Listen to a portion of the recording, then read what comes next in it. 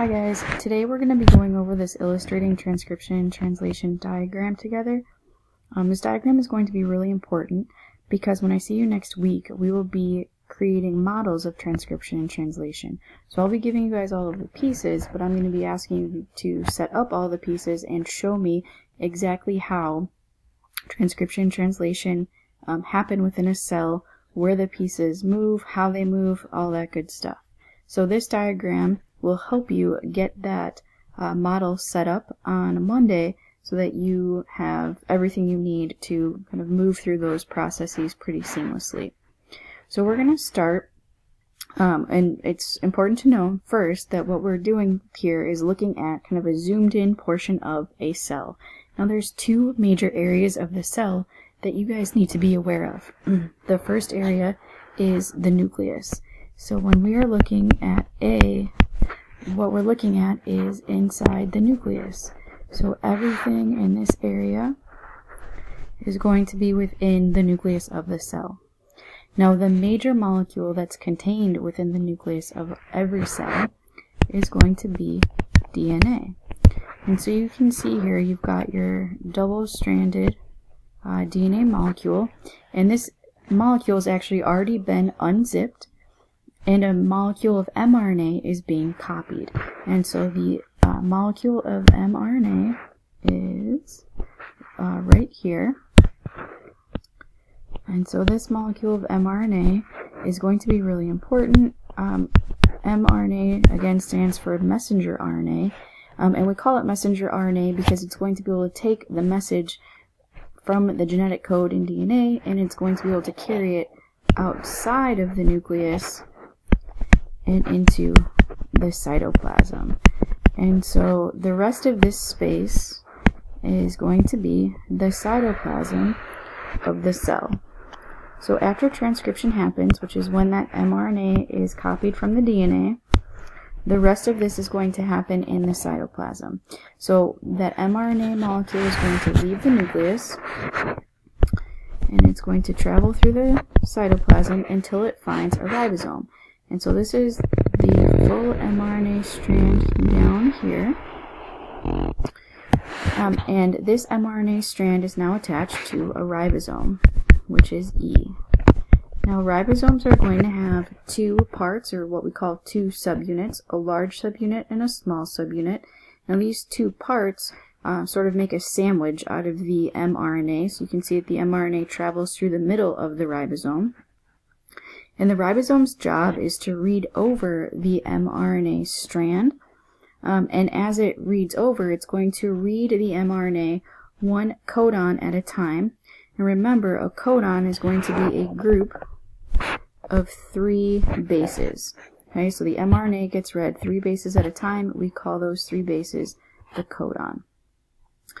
When the ribosome is reading over the mRNA, it is doing so that it can bring in the appropriate amino acids. And the way that the ribosome brings in the amino acids is through molecules called tRNA, or transfer RNA. Now transfer RNA has a couple of important parts. So these are all tRNA molecules here. It's important to note that they all have something at the top, and these guys are the amino acids. Okay, so all transfer RNA is going to have an amino acid at the top. And then tRNA molecules are actually also going to have some nucleotide bases at the bottom, and that's what you see here in H.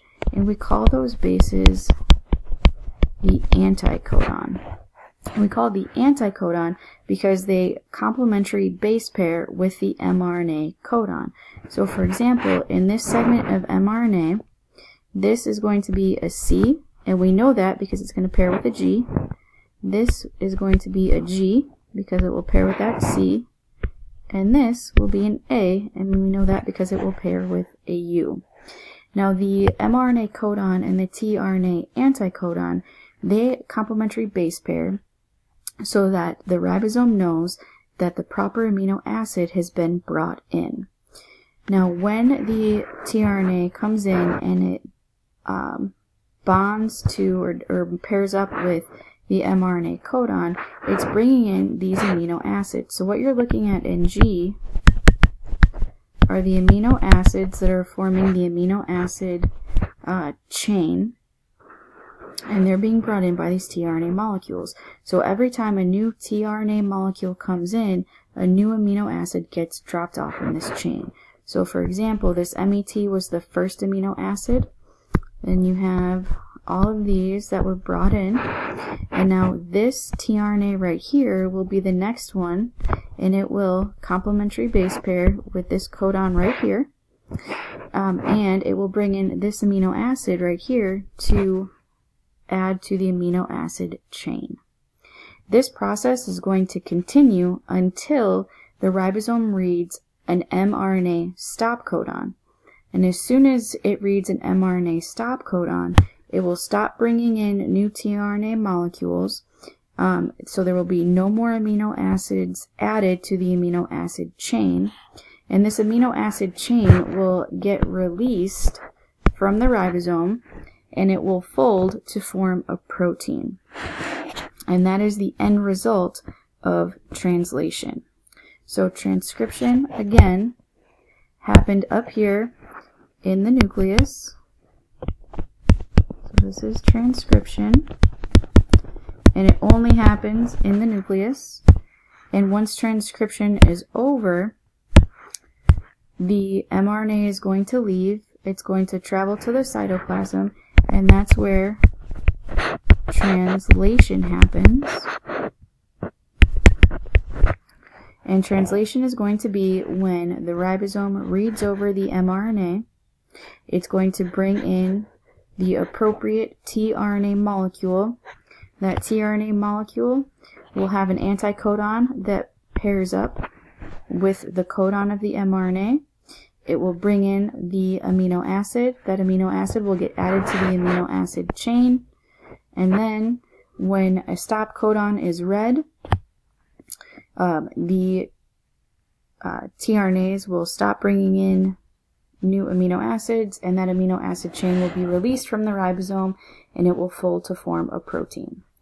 Alright, so that is sort of the overall diagram and description of what happens during transcription and translation. So what's really important for you guys to focus on is where transcription happens, that everything stays in the nucleus, and then it's the mRNA molecule that leaves the nucleus and heads to the cytoplasm, and that translation happens in the cytoplasm, and that you need to have the mRNA, the ribosome, and the tRNA for translation to happen. So now that you guys have walked through this diagram, what I would like you to do is make sure you have everything labeled. Feel free to add color if it would help you to understand what you're looking at. You can add extra labels if you would like.